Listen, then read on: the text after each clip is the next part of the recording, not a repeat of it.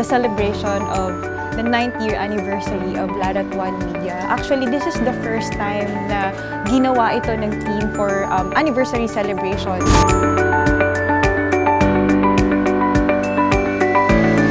We don't have that much resources para talaga mag-share at mag-abot ng tulong sa iba. Pero we have that talent and skills that we can use para magamit ito ng grupo, ng community ito para makapag-communicate tayo sa iba ng kung ano yung pangangailangan ng Mission to the World at ng Bahay Parola. Itong ginawa is a great achievement to Lara. They have a heart to this kind of organization and they have a responsibility also to the community because they think of this kind of issue in the society. Nakaka-proud lalo na individual. Siyempre, as a part of Team Lara, malaking privilege para makatulong, hindi lang sa ibang tao, kundi pati sa mga bata.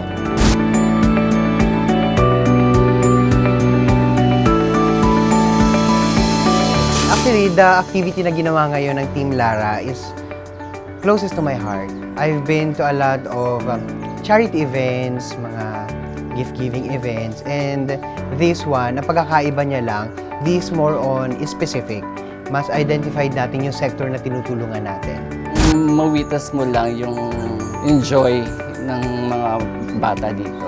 Fulfilling. At the same time, yung i-shoot mo sila, i-cover yung event na to, kung ano yung mga nagaganap sa kanila. Sobrang masayang experience yun. Lalo na yung hands-on ka pag-direct sa kanila.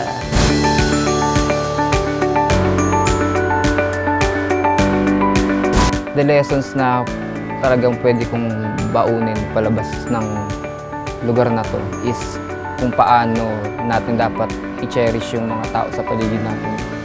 Especially yung family. First day na mabuhay tayo, andyan sila. Pero may mga tao, namulat na lang sila na walang ganun.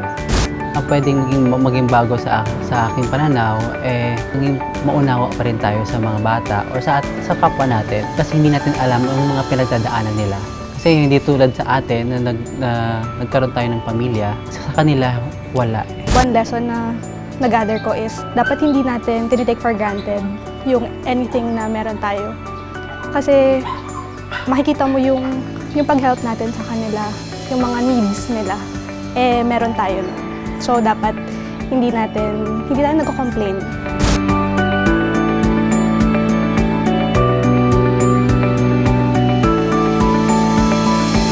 Magaan sa pakiramdam sapagkat kahit sa simpleng bagay, nakapagbigay tayo ng ngiti, saya sa mga batang katulad nila. Sana ipagpatuloy pa nila yung adhikain nila para mas marami pa silang matulungang mga bata. Yung feeling na makatulong ka, nakikita mo yung mga bata na masaya, happiness ko na yun actually. Isa yun sa pinaka-goal na gusto ko pang matupad dahil sila yung number one na gusto kong matulungan kapag na-achieve ko na yung mga pangarap ko. Nung napunta ako dito, doon ko nalaman na mahirap talaga yung kalagayan nila. Kasi marami silang pinagdadaanan psychologically at saka maraming dapat intindihin sa kanila. Tsaka nakakabilib sila kasi kahit na ganun yung mga pinagdaanan nila, kinakaya nila.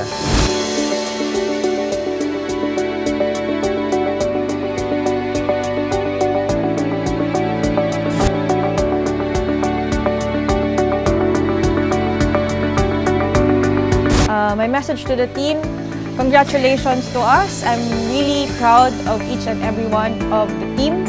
Sa lahat, sobrang proud ako na magkakasama tayong ginawa ang isang activity na ito for the first time ng Lara at One. Sobrang blessed ako na kayo ang team ng Lara.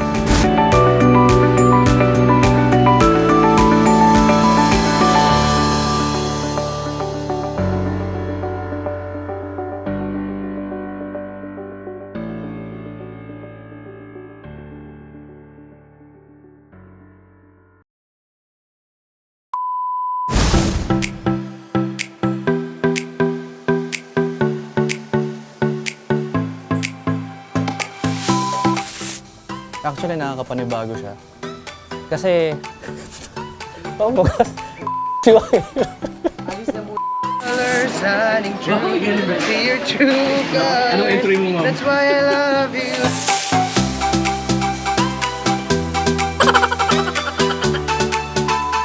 simpleng bagay. Sa mga batang katulad nila.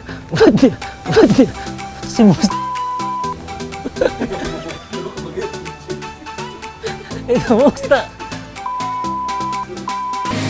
Maganda po ako.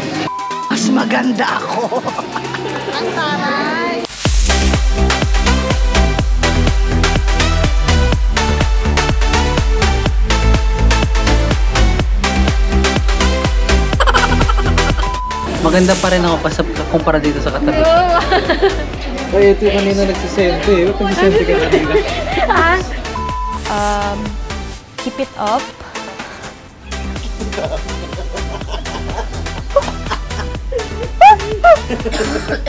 So,